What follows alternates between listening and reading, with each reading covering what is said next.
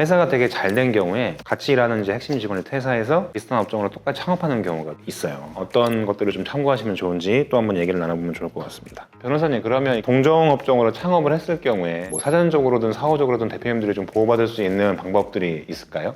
사후적으로 대응을 하게 되면 굉장히 모든 게 다 어렵습니다. 그래서 이렇게 직원이 나가서 뭐 회사 영업 비밀을 사용해서 영업을 했다거나 회사 재직 중인 다른 직원들을 빼돌려서 했다거나 이럴 때 사후적으로는 물론 민사 손해배상을 청구할 수는 있거든요. 근데 손해배상이 어려운 게 이 사람의 어떠한 행위로 인해서 내가 손해를 입었고 그 손해액이 얼마다까지 내가 증명을 해야 돼요. 손해 입었다까지는 증명할 수 있어도 손해액이 얼마라는 건 진짜 어렵거든요. 사전적으로 방어하시려면 일단 영업비밀 보호에 대한 거를 확실하게 하셔야 되는데 비밀 준수 계약서를 받으시고 내용이 있는 파일을 따로 보관한다거나 아무나 접근할 수 없게 한다거나 그 내용을 본 사람은 어떤 장부를 써야 된다거나 이런 식으로 영업비밀로 내부적으로 관리했다는 증거를 남겨 넣으셔야 이제 만약에 직원이 퇴사해서 그걸 사용했을 때 이거 비밀이었다 라고 할 수가 있는 거죠. 그래서 영업 비밀에 관련돼 가지고 영업 비밀 보호법이 있어요. 어떤 공고 같은 데다가 넣어두거나 아니면 컴퓨터 파일 같은 경우는 접근 권한을 설정해 둬서 아무나 접근 못하게 한다거나 등등 이런 관리하는 기록이 남겨져 있어야 돼요. 잘 모르시겠으면 한국지식재산보호원이라는 곳이 있습니다.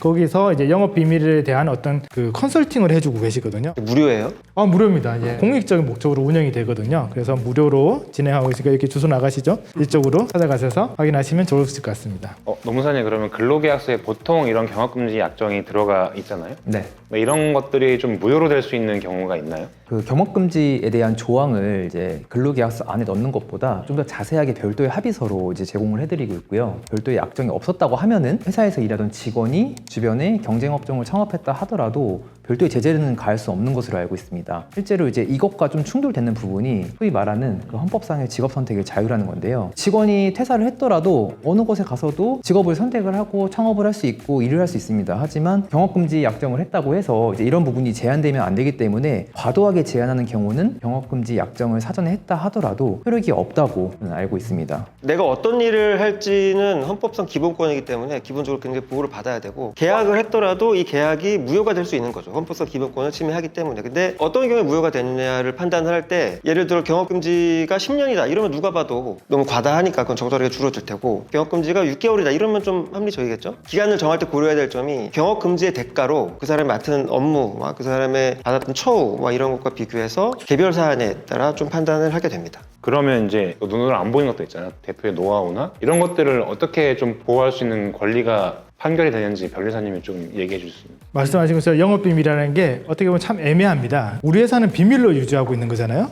제가 내 영업비밀을 훔쳐갔어. 영업비밀을 오픈하는 순간 영업비밀이 아니게 되는 거죠. 그래서 나온 게 특허입니다. 누군가가 내 기술을 훔쳐갔을 때 이거 독점권과 배타권이 있기 때문에 그 사람한테 바로 특허 침해 소송을 걸어서 그 사람이 그 기술을 이용할 수 없게 만들 수가 있거든요. 그래서 영업비밀보다는 특허를 보호하는 게 훨씬 더 유리하시다. 변리사님 혹시 이제 궁금한 네. 게 미용업이나 학원업 네. 이런 쪽에서 이제 원장님들이 질문이 되게 많이 오세요. 맞아요. 그럼 그런 쪽에서도 혹시 이제 특허 관련해서 네. 좀 이제 조치를 취할 수 있는 부분들이 있나요? 미용 학원도 미용 기술이 있잖아요. 예를 들면 눈썹 관리하는 방법 그런 것도 특허가 되거든요. 사람들이 잘 안 될 거라고 생각하지만 학원 같은 경우는 근데 약간 특허 문제라기보다는 교재에 관련된 또 강의 내용에 관련된 저작권이 좀 문제가 많이 돼요. 세무사님 그러면 갑자기 핵심 직원이 퇴사한 후에 같은 업종으로 창업을 해서 우리 회사에 매출이 빠지는 등의 피해가 발생을 했어요. 네. 이런 부분은 세무적으로 어떤 문제가 발생하게 되나요? 국세청에서 보는 게 뭐냐면 예를 들어서 직원 이름으로 다른 사업장을 내가지고 직원을 공유한다거나 사업장을 공유한다거나 그런 상황이 있는지 아닌지를 볼 수 있기 때문에